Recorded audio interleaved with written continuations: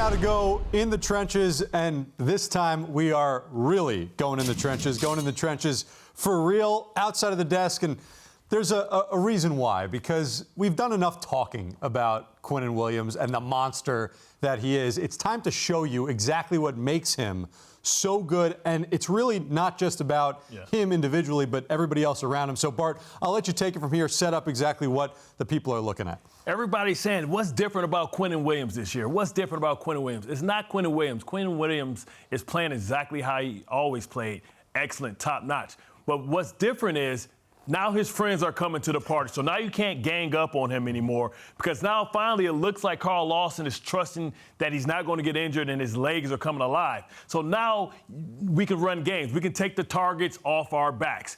And one of the main stunts that they're running on each side. Right. Yeah, let's set this up. Right. So the football's here. That's where the center would be. Willie's the guard. Connor's the tackle. Connor's out first round. And as you can imagine, just based on the look, I am Quinnen Williams, obviously. Of course. And you're going to be Carl Lawson. I'm Carl Lawson. Okay. So before the snap starts, it's all about our alignment and assignment, right? So what I want to do if I'm Carl Lawson, I want to get in a nice wide 9, right? So wide 9 to draw the eyes of my tackle. You're Quinnen. Your job isn't to push Willie back. It's to gather his eyes and his attention. Mm-hmm. What we want to do is we want to separate their vision so they're not working in unison. And what we're going to do is I'm going to fight hard, 3 hard steps up the field, and I'm going to come and set a back pick for you, just like basketball, on Willie. But what we have to do is get him on different levels. So as we start, you're going to get in your alignment. I'll be at 3. I'm going to take me a nice 1, 2, 3 steps upfield. Now we have them on different levels. Willie can't see Carl Lawson come in and fight hard with this inside move. I'm going to hook the arm. I'm coming here and I'm ear-holing Willie. You're going to come tight. You have to come tight because you want the quarterback not to see you. If you come too wide, the quarterback can see you. He'll bail to the other side and it becomes a foot race. Or if it's an athletic quarterback, he's going to lose ground and beat you to the corner because you are forced now. We exchange responsibilities. Okay, so I want to highlight that point, right? So it's not just about you as Carl Lawson setting the pick and me as Quinnen Williams taking your eyes, right? It's about, from Quinnen Williams' perspective, the nuance of getting low so that he's hidden from the quarterback's vision and then making a tight turn around this tackle. Here's what you have to understand. This tackle, if I do my job as the inside move guy, is not going to be where he is.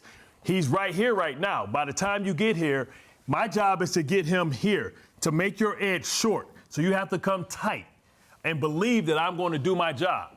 So Carl Lawson is doing a tremendous job in fighting upfield, turning the shoulders of this tackle, and coming underneath and setting basically a pick for his man. All right, so Willie, from your perspective then, as an offensive lineman, especially now as the Jets are running this game effectively more often, how are they going to see some pushback? What do offensive lines have to do? Well, reset, get lined right back up. So Bart's 100% right what he said.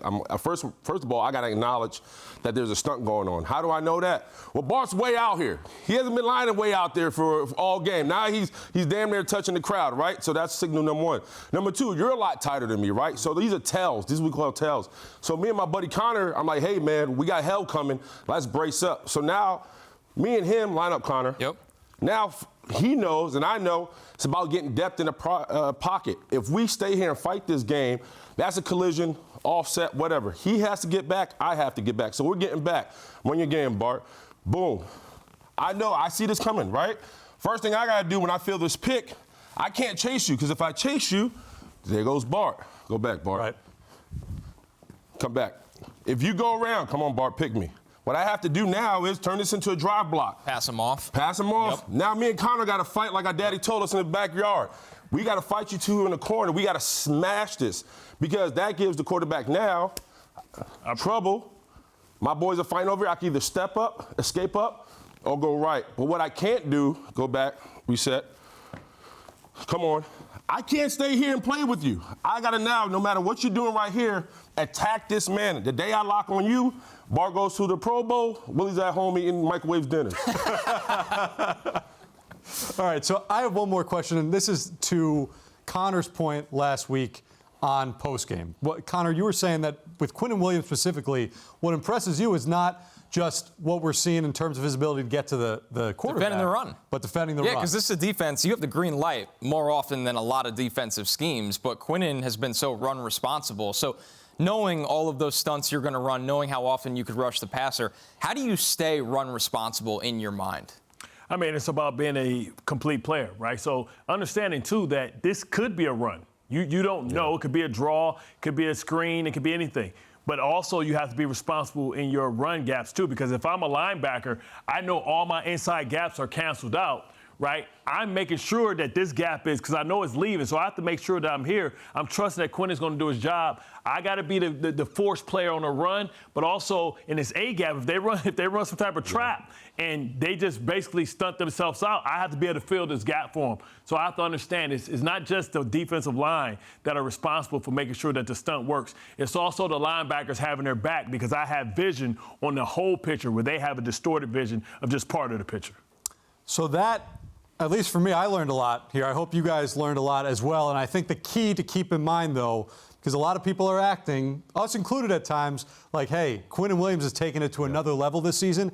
He is, but it has a lot to do with the guys around him, guys that he frankly did not have in the recent past when he was still, if you look at the tape, playing at a very high level.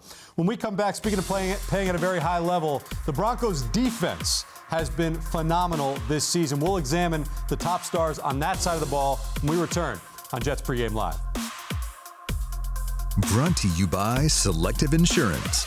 Be uniquely insured.